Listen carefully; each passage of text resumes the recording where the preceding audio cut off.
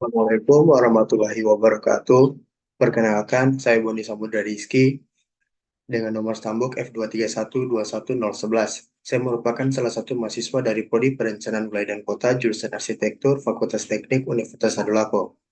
Ini merupakan salah satu tugas pada mata kuliah Perencanaan Lingkungan dan Kebencanaan, yang mana mata kuliah ini memiliki bobot sebesar 4 SKS. Mata kuliah ini berada di semester 6, adapun tujuan dari mempelajari mata kuliah Perencanaan Lingkungan dan Kebencanaan yaitu membantu mahasiswa untuk membangun keterampilan yang dapat digunakan untuk mengembangkan pengurangan risiko bencana dalam perencanaan pembangunan berkelanjutan pada daerah yang rawan bencana. Sedangkan untuk tujuan dari mempelajari mata kuliah ini yaitu perencanaan lingkungan kebencanaan adalah untuk mengurangi risiko yang harus diperhitungkan dalam perencanaan pembangunan berkelanjutan pada daerah yang rawan bencana. Mata kuliah ini membantu mahasiswa untuk memahami prinsip dan teori analisis risiko bencana, serta memahami dasar teori analisis risiko bencana dari berbagai perspektif, untuk memahami dasar hukum lingkungan, perkembangan hukum internasional, nasional, dan lokal, yang mana ini merupakan tanggung jawab negara, hak dasar atas lingkungan, peran serta sistem perizinan lingkungan, kelembagaan, keterpaduan, dan pergerakan, atau penegakan hukum lingkungan yang berlaku. Sedangkan PIP atau Perencanaan Integral Pembangunan adalah suatu konsep yang mencakup aspek-aspek pembangunan yang terhubung, termasuk pembangunan ekonomi, perencanaan lingkungan, kebencanaan, dan pengurangan risiko bencana. PIP sendiri dianggap penting karena pemerintah Indonesia telah menganggap pengurangan risiko bencana sebagai salah satu tujuan dari kebijakan pembangunan berkelanjutan pada daerah yang rawan bencana.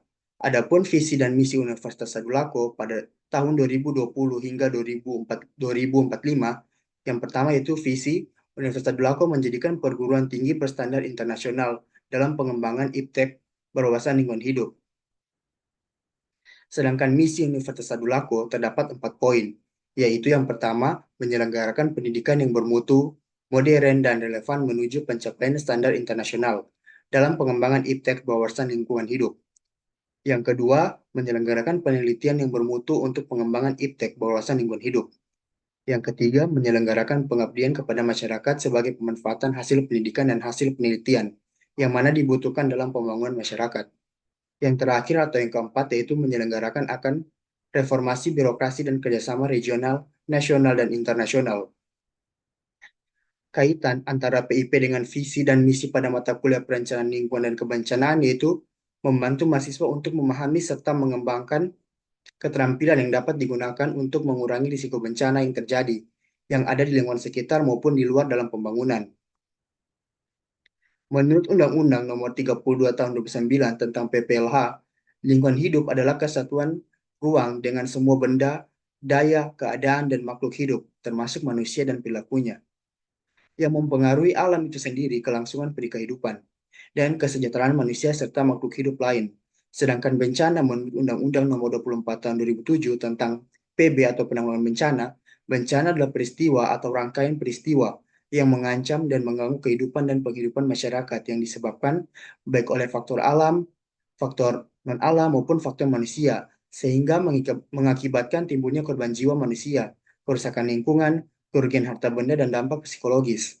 Bencana dan kerusakan lingkungan hidup terkait satu sama lain, karena bencana alam dapat menyebabkan kerusakan lingkungan hidup, dan sebaliknya. Kerusakan lingkungan hidup dapat meningkatkan risiko bencana alam. Bencana alam seperti letusan gunung, banjir, abrasi, tanah longsor, angin puting beliung, gempa bumi, maupun tsunami. Ini merupakan contoh bencana alam yang dapat menyebabkan kerusakan lingkungan hidup. Adapun contoh kerusakan dan pencemaran lingkungan hidup yang dapat memicu bencana yaitu ada 5 yang saya berikan. Yang pertama, pencemaran air, pencemaran tanah, pencemaran udara, pencemaran sampah, dan pencemaran laut. Sedangkan contoh bencana yang dapat memicu kerusakan lingkungan hidup yaitu ada 5 juga yang akan saya berikan. Yang pertama yaitu bencana banjir, yang kedua bencana tsunami, yang ketiga bencana hujan asam, dan yang keempat bencana gempa bumi, dan yang terakhir yang kelima bencana letusan gunung. Adapun cara mengelola limbah beton yang banyak tersebar di Kota Palu pada tahap rehab rekon bencana pada Gimo atau Parigi, Donggala, Sigi, dan Motong 2018 dapat dilakukan melalui beberapa langkah. Yang pertama, pengumpulan dan penanganan. Pertama, limbah beton harus dikumpulkan dan dipenanganan dengan cara yang tepat dan aman. Limbah beton yang tidak dikumpulkan dan dipenanganan dapat menyebabkan kerusakan lingkungan hidup seperti pencemaran air dan pencemaran tanah. Yang kedua, pemrosesan. Setelah limbah beton dipenanganan, maka dilakukan pemrosesan limbah beton dengan cara yang sesuai. Pemrosesan limbah beton dapat melibatkan penggunaan teknologi seperti penggunaan mesin pemecah batu atau penggunaan bahan kimia pengikat.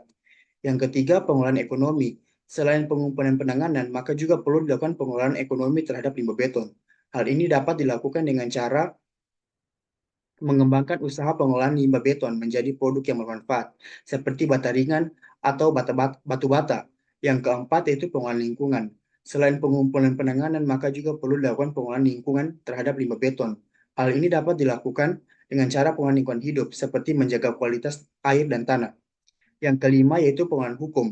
Selain pengumpulan dan penanganan, maka juga perlu dilakukan pengolahan hukum terhadap limbah beton. Hal ini dapat dilakukan dengan cara membuat peraturan dan perundang-undangan yang mengatur pengumpulan, penanganan, pemrosesan, dan pengolahan ekonomi limbah beton. Selain melakukan langkah-langkah seperti yang telah dijelaskan sebelumnya, maka kita juga perlu melakukan pengolahan sosial terhadap limbah beton. Hal ini dapat dilakukan dengan cara mengembangkan program sosial yang bertujuan untuk membantu masyarakat dalam pengolahan limbah beton, seperti program pengumpulan limbah beton oleh masyarakat. Untuk mencegah atau meminimalkan dampak bencana, terdapat beberapa langkah yang harus dilakukan. Yang pertama yaitu pencegahan. Pencegahan adalah langkah yang dilakukan sebelum bencana terjadi, yang berupa rekayasa teknis bangunan tahan bencana, seperti membuat tanggul, bendungan, saluran air, jembatan, rumah, dan lain-lain. Selanjutnya yang kedua yaitu mitigasi. Mitigasi adalah langkah yang dilakukan sebelum terjadi bencana, yang berupa perubahan perilaku, pengetahuan, dan sikap masyarakat, agar lebih peduli dan tanggung terhadap bencana, seperti membuat peta atau dena wilayah rawan bencana, membuat alarm bencana, memberikan penyuluhan dan pendidikan, dan lain-lain. Yang ketiga yaitu kesiapsiagaan. Kesiapsiagaan adalah langkah yang dilakukan menjelang sebuah bencana akan terjadi, yang berupa penyusunan rencana kontingen, yaitu rencana yang didasarkan pada keadaan yang diperkirakan akan segera terjadi, tetapi mungkin juga tidak akan terjadi. Yang keempat yaitu respon. Respon sendiri adalah langkah yang dilakukan saat terjadi bencana, yang merupakan upaya meminimalkan bahaya yang diakibatkan oleh bencana. Yang kelima yaitu pemulihan. Pemulihan adalah langkah yang dilakukan setelah bencana terjadi, yang berupa penyediaan tempat tinggal sementara bagi korban serta membangun kembali sarana dan prasarana yang rusak. Yang terakhir yaitu evaluasi. Evaluasi sendiri adalah langkah yang dilakukan setelah bencana terjadi, yang berupa penilaian terhadap langkah penanggulangan bencana yang dilakukan. Untuk mencegah dan atau meminimalkan dampak bencana, juga diperlukan pengolahan sosial seperti memberikan penyuluhan dan pendidikan, serta mengurangi ketergantungan masyarakat terhadap lingkungan hidup. Sedangkan untuk mencegah dan meminimalkan dampak negatif kerusakan lingkungan hidup, terdapat beberapa langkah yang harus dilakukan. Yang pertama yaitu mengurangi pencemaran. Mengurangi pencemaran lingkungan hidup dapat dilakukan dengan cara mengurangi penggunaan bahan kimia, menggunakan bahan bakar besi, dan mengurangi penggunaan sumber daya alam yang tidak aman. Yang kedua yaitu mengurangi penggunaan sampah. Mengurangi penggunaan sampah dapat dilakukan dengan cara membedakan sampah plastik, daun, praktik daur ulang, dan pembuangan yang terkontrol. Yang ketiga yaitu mengolah sampah. Mengolah sampah dapat dilakukan dengan cara membangun sistem pengolahan limbah cair secara terkontrol. Yang keempat yaitu mengurangi penggunaan kendaraan pribadi. Mengurangi penggunaan kendaraan pribadi dapat membantu mengurangi emisi gas buang yang mencemari udara. Yang kelima yaitu menghemat listrik. Menghemat listrik merupakan tindakan sederhana tetapi berdampak besar dalam mengurangi konsumsi sumber daya alam yang mencemari lingkungan. Yang keenam yaitu menetapkan standar mutu bahan baku lingkungan. Dengan menetapkan standar mutu bahan baku lingkungan dapat membantu mengurangi pencemaran lingkungan yang disebabkan oleh limbah industri. Kemudian yang ketujuh, meningkatkan pengawasan lingkungan. Meningkatkan pengawasan lingkungan dapat membantu mengurangi pencemaran lingkungan yang disebabkan oleh limbah rumah tangga dan industri. Yang ke-8 yaitu mengurangi penggunaan bahan kimia. Mengurangi penggunaan bahan kimia dapat membantu mengurangi pencemaran lingkungan yang disebabkan oleh limbah industri. Yang ke-9, mengurangi penggunaan sumber daya alam yang tidak aman. Mengurangi penggunaan sumber daya alam yang tidak aman dapat membantu mengurangi pencemaran lingkungan yang disebabkan oleh limbah industri juga. Yang terakhir yaitu yang ke-10, mengembangkan pendidikan dan penyuluhan. Dengan mengembangkan pendidikan dan penyuluhan dapat membantu mengurangi pencemaran lingkungan disebabkan oleh limbah rumah tangga serta industri pula. Dengan melakukan langkah-langkah yang telah dijelaskan tadi, pemerintah dan masyarakat harus bekerja bersama dalam mengurangi pencemaran lingkungan hidup yang disebabkan oleh limbah rumah tangga dan industri.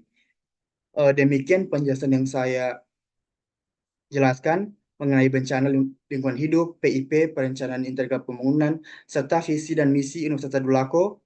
Mohon maaf apabila ada salah kata dan kurang dipahami, serta ucapan terima kasih telah mendengarkan penjelasan saya. Wassalamualaikum warahmatullahi wabarakatuh.